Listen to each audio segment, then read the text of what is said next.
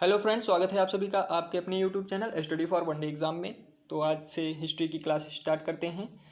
इसमें पहली क्लास है हिस्ट्री की। इससे पहले पॉलिटी की क्लास की जा चुकी है। अगर आप वो वीडियो नहीं देखे हैं तो प्लेलिस्ट में जा करके पॉलिटी के वीडियो सर्च करके उसको देख सकते हैं। तो लेट ना करते हुए डायरेक्ट स्टार्ट करते हैं क्लास को। इसमें पहला क्लास जो है भारतीय इतिहास के स्रोत पर है। तो भारतीय इतिहास के अध्ययन के स्रोत जो हैं जितने भी हैं उसमें आपको जैसे पुरातात्विक स्रोत हैं, साहित्यिक स्रोत हैं और अन्य कई स्रोत हैं, इन दोनों में डिवाइड करके तो उसका एक जो है ओवरव्यू मैं आपको दे देता हूं, जिससे आपको समझने में आसानी होगी। और अगर आप अपने एग्ज़ाम में क्वेश्चन को गलत नहीं करना चाहते हैं या फिर जितने भी क्वेश्चन आते हैं उससे लगभग कोरिलेट करके जितने भी क्वेश्चन आएंगे सारे यहीं से आएंगे, ये आपको मैं पूरी गारंटी देता हूं। अगर आप रेगुलर हमारे यूट्यूब चैनल पर बने रहते हैं तो आपको विश्वास दिलाता हूं कि क्वेश्चन और कहीं से नहीं आएगा। तो इसमें स्टार्ट करते हैं। भारतीय इतिहास के अध्ययन के स्रोत जैसे दिया गया है इसमें, तो स्रोत को दो पार्ट में डिवाइड कर दिया गया है। पुरातात्विक स्रोत होता है, साहित्यिक स्रोत होता है। ओके, जैसे यहाँ पे आप देखेंगे तो ये पुरातात्विक स्रोत, साहित्यिक स्रोत।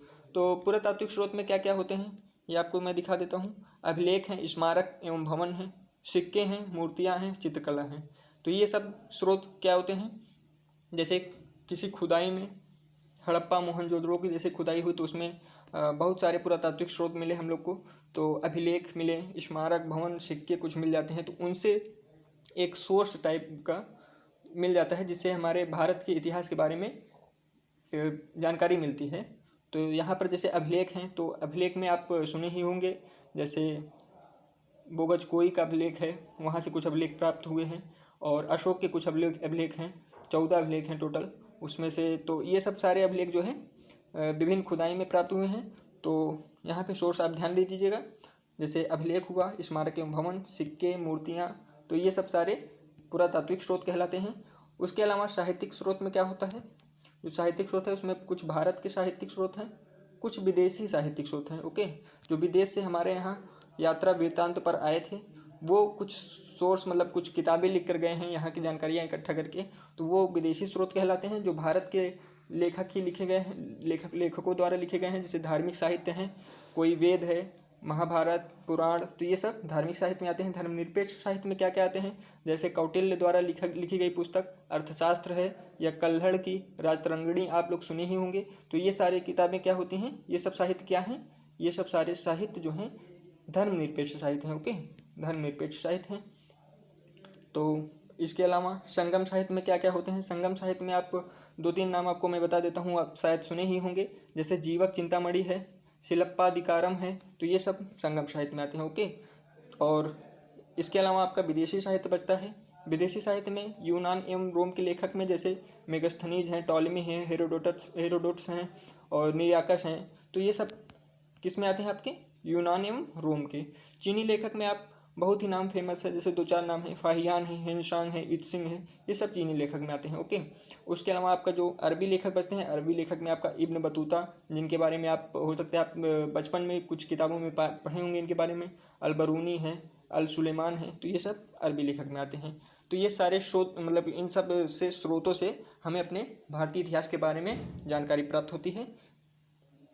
तो इसके बारे में एक ओवरव्यू मैं दिखा दिया हूँ। यहाँ आपका एक चित्रकला बच गया था, तो चित्रकला में भी ध्यान दीजिएगा। इससे भी हमारे भारतीय साहित्य के इतिहास के बारे में बहुत सारी चीज़ें जानकारी मिलती है। जैसे अजंता एलोरा की गुफाओं में जो चित्रकलाएँ मिली हैं उन्हीं से जो है इतिहास के बारे में जानकारी प्राप्त होती है। तो एक ओवरव्यू मैं आपको दे दिया हूँ। अब इन्हीं के बारे में डिटेल में बता देता हूँ, जिससे क्वेश्चन काफ़ी बार पूछा गया है।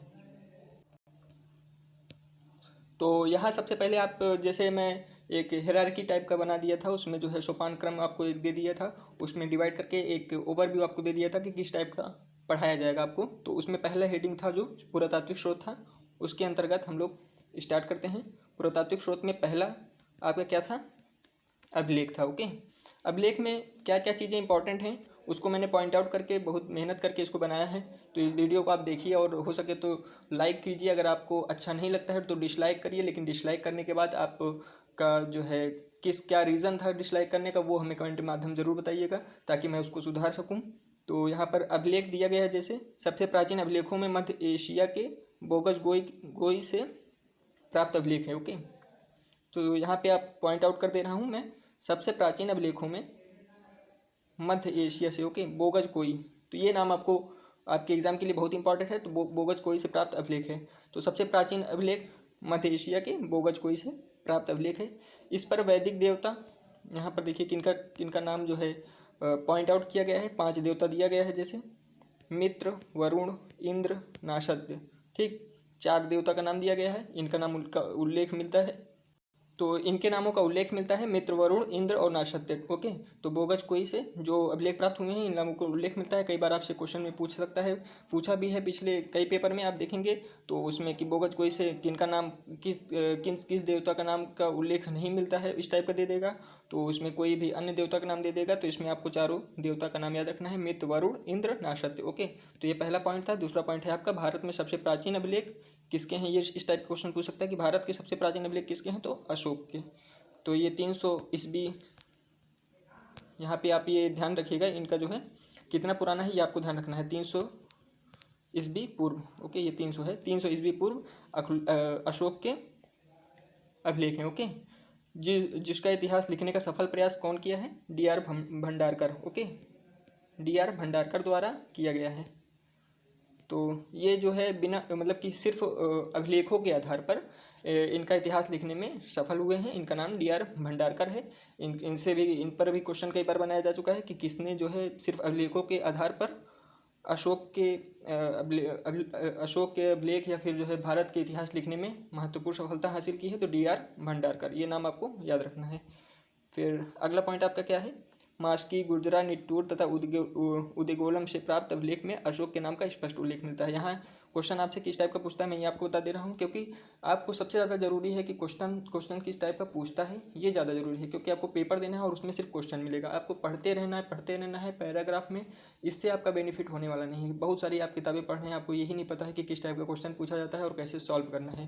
तो सबसे ज़्यादा जरूरी जो है मैं उसको पॉइंट आउट करता चल रहा हूँ। जैसे इसमें दिया गया है मास्की, गुर्जरा, निट्टूर, उदगोलम से प्राप्त अभिलेखों में अशोक के नाम का उल्लेख दिया गया है। तो आपसे क्वेश्चन बना के पूछा जा सकता है कि किन अभिलेखों में अशोक के नाम का अशोक ही उल्लेख हुआ है। यहाँ सीधा सा मतलब है कि मास्की, गुर्जरा, निट्टूर और उदगोलम से जितने अभिलेख प्राप्त हुए हैं उसमें अशोक का नाम का वर्णन क्या है, अशोक ही है। ओके, अशोक का एक और नाम था, अन्य अभिलेखों में अशोक को देवनापीदशी, ठीक, मतलब देवों का प्यारा कहा गया है। तो इन चारों में जो है अशोक ही उल्लिखित है और अन्य अभिलेखों में देवनापीदशी। ओके, ये आपको ध्यान रखना है। सर्वप्रथम 1807 ईस्वी में जेम्स प्रिंसेप ने ब्राह्मी लिपि में लिखित अभिलेख के अशोक के अभिलेख को पढ़ा था। ओके, सर्वप्रथम किसने पढ़ा था, तो यहाँ पे आप पॉइंट आउट कर लीजिएगा 1807। डेट ये आपके एग्जाम के लिए बहुत इंपॉर्टेंट है। जेम्स प्रिंसेप ने कौन पढ़ा था, तो ये भी इंपॉर्टेंट है, जेम्स प्रिंसेप। और वहाँ का जो अभिलेख था वो ब्राह्मी लिपि में लिखित अभिलेख था। ओके, तो जैसे अगर आपसे पूछे कि अशोक के अभिलेख का मतलब वर्णन किन किन लिपियों में किया गया था, तो ये आपको यहाँ पे ये ध्यान रखना है कौन कौन सी लिपि थी। तो लिपि आपको ध्यान रखना है ब्राह्मी, खरोष्टी, यूनानी, अरमाइक, ये 4 प्रकार की लिपियाँ थी, ध्यान दीजिएगा, ब्राह्मी, खरोष्टी, अरमाइक और यूनानी। तो ये चारों लिपियाँ थी, उसमें से ब्राह्मी लिपि को किसने पढ़ा था, जेम्स प्रिंसेप ने 1807 में, ये आपको याद रखना है। फिर उसके बाद सेकंड सब हेडिंग है आपका स्मारक एवं भवन। तो स्मारक और भवन से आपको किस प्रकार के सोर्स प्राप्त होते हैं आपकी हिस्ट्री को जानने में, ठीक, ये देखते हैं। इसमें जैसे दिया गया है नवीन शोध के अनुसार सिंधु घाटी सभ्यता लगभग 8000 साल पुरानी है। तो ये नवीन शोध है कि सिंधु घाटी सभ्यता 8000 साल पुरानी है। इससे पहले जो भी शोध हुए हैं उसमें आप ध्यान दीजिएगा कि उसमें 5500 लगभग 5500 वर्ष पुरानी सिंधु सभ्यता मानी जाती थी। तो अब जो है लगभग 8000 साल पुरानी मानी जाती है, ये आपको याद रखना है। विभिन्न स्थानों से प्राप्त मंदिर से भी जो मंदिर अन्य स्थानों से मंदिर खोजे गए, जैसे बंद पड़ी होगी, तो उनसे जो है जो भी अवशेष प्राप्त होते थे उनसे हिस्ट्री के बारे में हमारे स्रोत मिलता है। जैसे देवगढ़ का दशावतार मंदिर है, इसमें डायरेक्ट आपसे क्वेश्चन पूछ लिया जाता है आपके एग्जाम में कि दशावतार मंदिर कहाँ पर है, तो आपको बताना पड़ेगा, आपको ऑप्शन दे देगा जैसे, तो आपको झांसी, ये याद रखना है। ओके, दशावतार मंदिर झांसी में है। भीतरगांव का मंदिर, ये तो कई बार पूछा है, आपके एग्जाम के लिए बहुत ही इंपॉर्टेंट है। भीतरगांव का मंदिर ये कानपुर में है। ओके, तो ये आपको याद रखना है। यहाँ 2 क्वेश्चन तो आपका ऐसे ही मतलब तैयार हो जा रहा है। तो इसमें जितने भी मोस्ट इंपॉर्टेंट क्वेश्चन थे सारे हम लोग पॉइंट आउट करके आपको बहुत ही आसान शब्दों में बता रहे हैं, इसको बहुत लंबे पैराग्राफ में बताने को कोशिश हम लोग नहीं कर रहे हैं। इसका सिंपल सा वजह ये है कि हमको आपके एग्ज़ाम में कितने ज़्यादा क्वेश्चन यहाँ से जो है आ जाएं, ये हमको देखना है। फिर अगला जो है टॉपिक है, मतलब अगला सब पॉइंट है आपका क्या है, उत्तर भारत के मंदिर। यहाँ आप ये ध्यान दीजिएगा कि उत्तर भारत के मंदिर जो हैं वो नागर शैली में सारे बने हुए हैं अधिकतर। मध्य भारत के मंदिर बेसर शैली में और दक्षिण भारत के मंदिर द्रविड़ शैली में। इसमें कई बार लोग कंफ्यूज हो जाते हैं कि उत्तर भारत की शैली, आपसे क्वेश्चन इसी प्रकार का अगर पूछ लीजिएगा कि उत्तर भारत के मंदिर किस प्रकार की शैली से निर्मित हुए हैं, तो ऑप्शन आपको दे देगा द्रविड़ शैली, नागर शैली, बेसर शैली। ओके, इसे 4 ऑप्शन दे देगा या इनमें से कोई नहीं, तो यहाँ पे कंफ्यूज हो जाते हैं। तो सबसे सिंपल रूल मैं आपको आज बता देता हूँ, तो इसे आपको याद रहेगा। यहाँ पे ध्यान दीजिएगा, देखिएगा, जैसे ये है आपका, ये हो गया east, west, north, south. Okay, तो उत्तर भारत, उत्तर मतलब नॉर्थ होता है, यहाँ पे आपका एन से हो जाएगा नागर,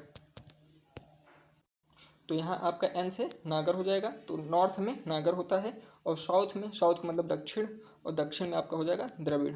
ठीक, द्रविड़ शैली इधर हो जाएगा, नागर शैली उधर हो गया।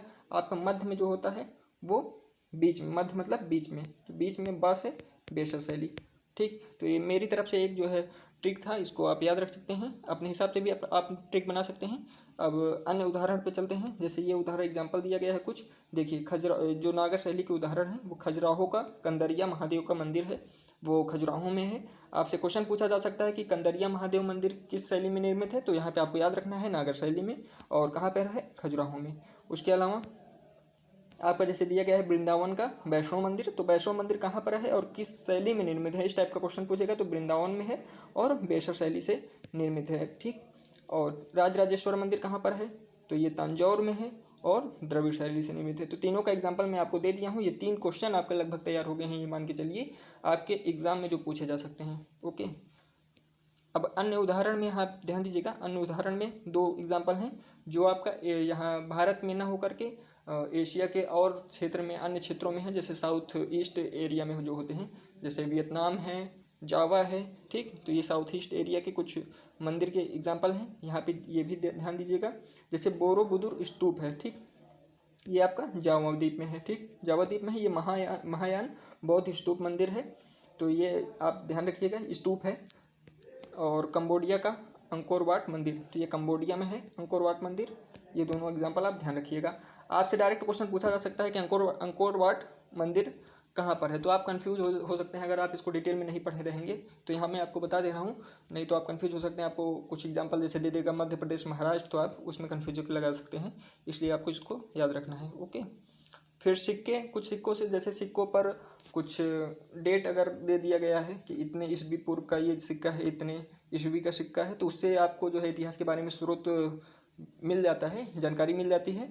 तो सिक्कों में देखते हैं क्या क्या है। जैसे प्राचीनतम सिक्कों को आहत सिक्के कहा जाता है, आहत सिक्के या पंचमार्क सिक्के। ओके, दोनों एक ही बात है, आहत और पंचमार्क दोनों एक ही बात है, बस नाम का अलग अलग मतलब है। यहाँ दोनों का नाम का अर्थ बता देता हूँ, जिससे आपको याद रखने में बहुत ही आसानी होगी। जैसे आहत सिक्के क्या होते थे, उसको ठप्पा मार के, मतलब कि उस पर वार करके, मतलब उस पर हथौड़ी से या फिर किसी अन्य जो है वस्तुओं से उस पर ठप्पा लगा करके उसको सिक्के को निर्मित किया जाता था। ठीक, तो उस पर कुछ डेट वगैरह फिक्स कर दिया जाता था, जिससे उससे एक सोर्स प्राप्त हो जाता था हम लोग को। और पंचमार्क के सिक्के इसे क्यों कहते थे, क्योंकि इस पर कई बार जो क्या होता था, 5 प्रकार के मार्क जो है, मतलब चिन्ह बना दिए जाते थे, जैसे पेड़, मछली, सांड, हाथी, अर्धचक्र। तो सामान्यतः इन्हीं 5 चिन्हों को बनाया जाता था, इसलिए इन्हें पंचमार्क मतलब 5 मार्क वाले सिक्के कहा जाता था। ठीक, और आहत सिक्के आपको बता ही दिए हैं कि उनको आहत पहुंचा करके वो सिक्का बनाया जाता था।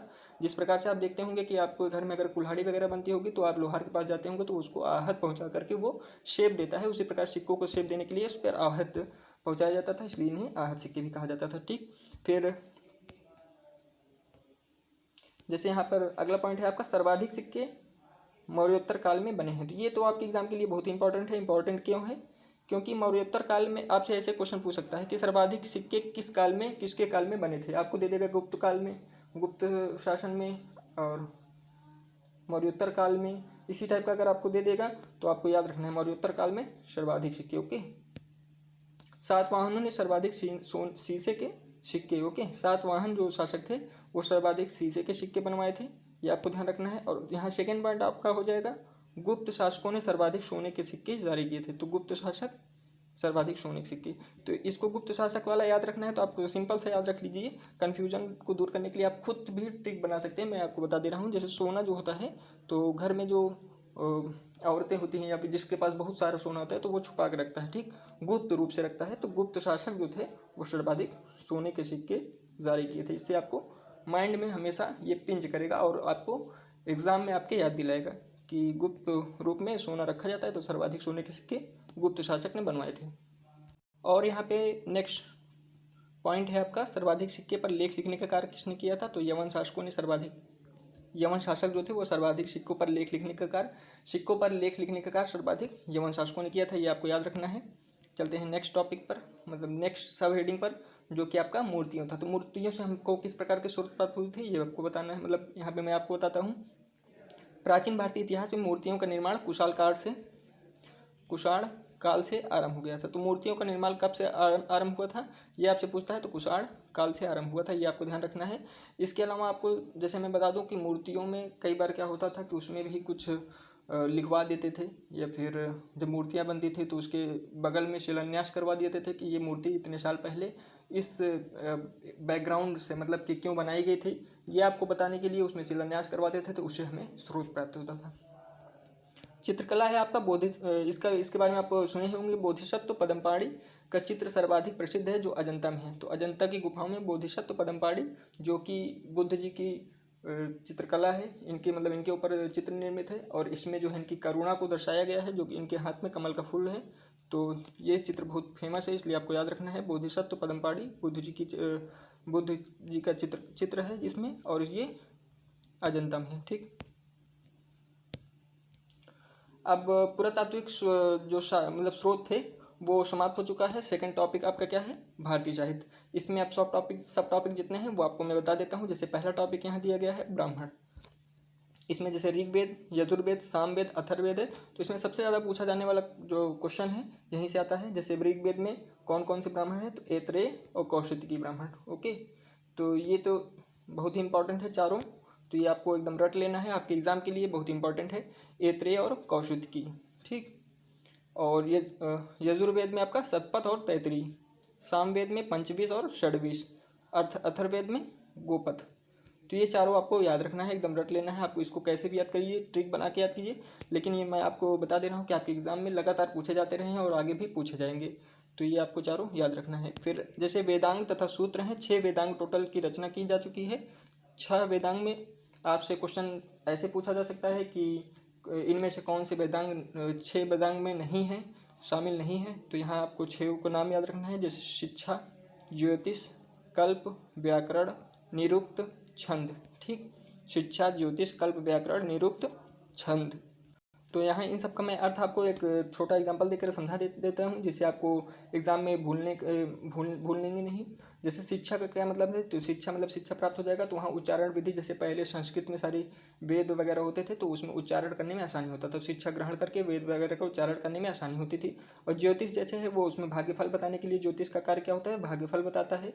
और कल्प में कर्मकांड के बारे में बताया गया है। और व्याकरण में आपका क्या है? यहाँ व्याकरण में शब्द की व्युत्पत्ति, मतलब नए नए शब्दों की व्युत्पत्ति यहाँ से हुई है। और निरुक्त में क्या है? तो निरुक्त में भाषा विज्ञान, मतलब कि आपकी भाषा कितनी अच्छी है, इस सब के बारे में इसमें वर्णन किया गया। और छंद में क्या है? चतुष्पदी श्लोक, तो इस छंद में श्लोक वगैरह हैं।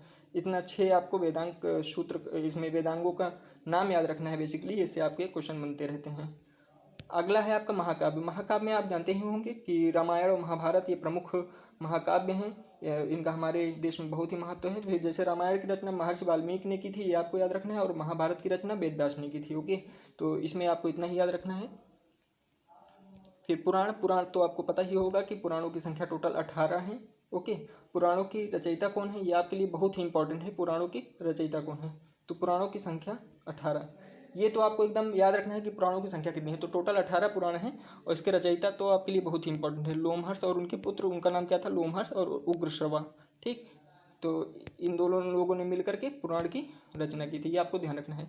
और पुराण में सबसे ज़्यादा इंपॉर्टेंट कौन सा पुराण है? तो मत्स्य पुराण। ओके, ये सबसे प्राचीन ऐसे आपसे क्वेश्चन पूछता है कि सबसे प्राचीन पुराण कौन सा है, तो आपको 4 ऑप्शन दे देगा, तो मत्स्य पुराण सबसे प्राचीन। और आपसे ऐसे ही क्वेश्चन पूछ सकता है कि सबसे प्रामाणिक पुराण कौन सा है, तो प्रामाणिक पूछे या प्राचीन पूछे, दोनों का मत्स्य पुराण, ये आपको ध्यान रखना है। कुछ विदेशी साहित्य थे जो साहित्य से हमें जो है हमारे इतिहास के बारे में स्रोत मिलता है, जैसे वो कुछ किताबें लिखी हैं।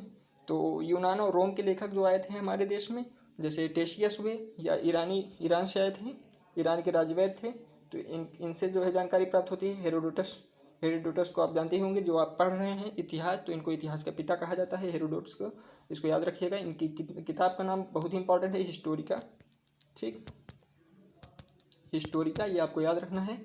और इन्होंने इसकी हिस्टोरिका की रचना की थी। और इसमें क्या बताया गया है बेसिकली आप यह ध्यान रखिएगा। आप पहले काफ़ी पूछा जा चुका है कि हिस्टोरिका किसके द्वारा लिखी गई किताब है, तो ये क्वेश्चन कई बार आ चुका है। तो इसमें आपसे ये पूछा जा सकता है अब कि हिस्टोरिका में किस बात का वर्णन किया गया है या किस चीज़ का, तो भारत फारस के संबंधों का वर्णन। ओके, भारत फारस के संबंधों का वर्णन किया गया है हेरोडोटस में। तो मेगास्थनीज ने इंडिका की रचना की है। इंडिका किसकी पुस्तक है, ये कई बार क्वेश्चन आपसे पूछा गया है। तो मेगास्थनीज ने इंडिका की रचना की है, ये आपको ध्यान रखना है। और ये क्वेश्चन आपसे कई बार पूछा गया है, इसको आप ध्यान एकदम रट लीजिएगा कि मेगास्थनीज जो थे वो किसके राजदूत थे। कई बार जो है कई बार एग्जाम में मैंने देखा है कि ये क्वेश्चन कई बार आया है। तो सेल्यूकस निकेटर के राजदूत थे, ये आपको याद रखना है। सेल्यूकस निकेटर के राजदूत थे मेगास्थनीज। ओके, और डायमेकस जो थे वह सीरियन नरेश अंतियोकस का राजदूत था, ये भी याद रखना है। तो कौन किसका राजदूत था ये आपको याद रखना है। डायमेकस सीरियन नरेश अंतियोकस का राजदूत था, ये आपको याद रखना है। और ये किसके दरबार में आया था, ये तो बहुत ही इंपॉर्टेंट है, यह बिंदुसार के दरबार में आया था। ये दोनों क्वेश्चन मोस्ट इंपॉर्टेंट है, ये आप एकदम नोट कर लीजिए और इसको याद कर लीजिएगा। फिर प्लिनी ये जो थे, इन्होंने नेचुरल हिस्ट्री नामक पुस्तक लिखी थी, ये आपको याद रखना है। इतना बस, इतने से आपका काम हो जाएगा। फिर चलते हैं चीनी यात्रियों के। कुछ चीनी यात्री थे जो हमारे देश आए थे और उनके जो है यात्रा वृत्तांत में कुछ पुस्तकें लिखे थे, उससे जानकारी के स्रोत प्राप्त होते हैं। जैसे फाहियान और हेनशांग जो हैं, ये 2 चीनी यात्री बहुत ही इंपॉर्टेंट हैं। तो फाहियान जो थे यह चंद्रगुप्त द्वितीय के, यहाँ थोड़ा मिस टाइप हो गया है, बाकी ठीक है। तो फाहियान चंद्रगुप्त द्वितीय, जिनका नाम विक्रमादित्य भी था, के शासनकाल में भारत आए थे। तो ये क्वेश्चन लगभग जो है कई बार पूछा गया है, आप देखेंगे तो पाएंगे, previous year question paper solve करेंगे तो फाहियान जो थे चंद्रगुप्त द्वितीय के शासनकाल में आए थे, ये याद रखना है। और हेनशांग हर्षवर्धन के समय में भारत आए थे। तो ये दोनों टॉपिक जो है आपको याद रखना है। ओके, और इसके अलावा अरब यात्रियों के कुछ विवरण बचते हैं, तो उनके बारे में भी जानकारी दे देते हैं। कौन कौन से अरब यात्री भारत में आए थे और उनके साहित्य से हमें स्रोत, अपने भारतीय इतिहास के स्रोत के बारे स्रोत मिलता है जानकारी प्राप्त करने में। जैसे अलबरूनी और इब्न बतूता हैं। तो अलबरूनी में ये किसके साथ आए थे, महमूद गजनबी के साथ। ओके, ये महमूद गजनबी के साथ भारत आए थे। और उनकी पुस्तक का नाम बहुत इंपॉर्टेंट है, तो तहकीक हिंद और किताबुल हिंद का मतलब भारत की खोज।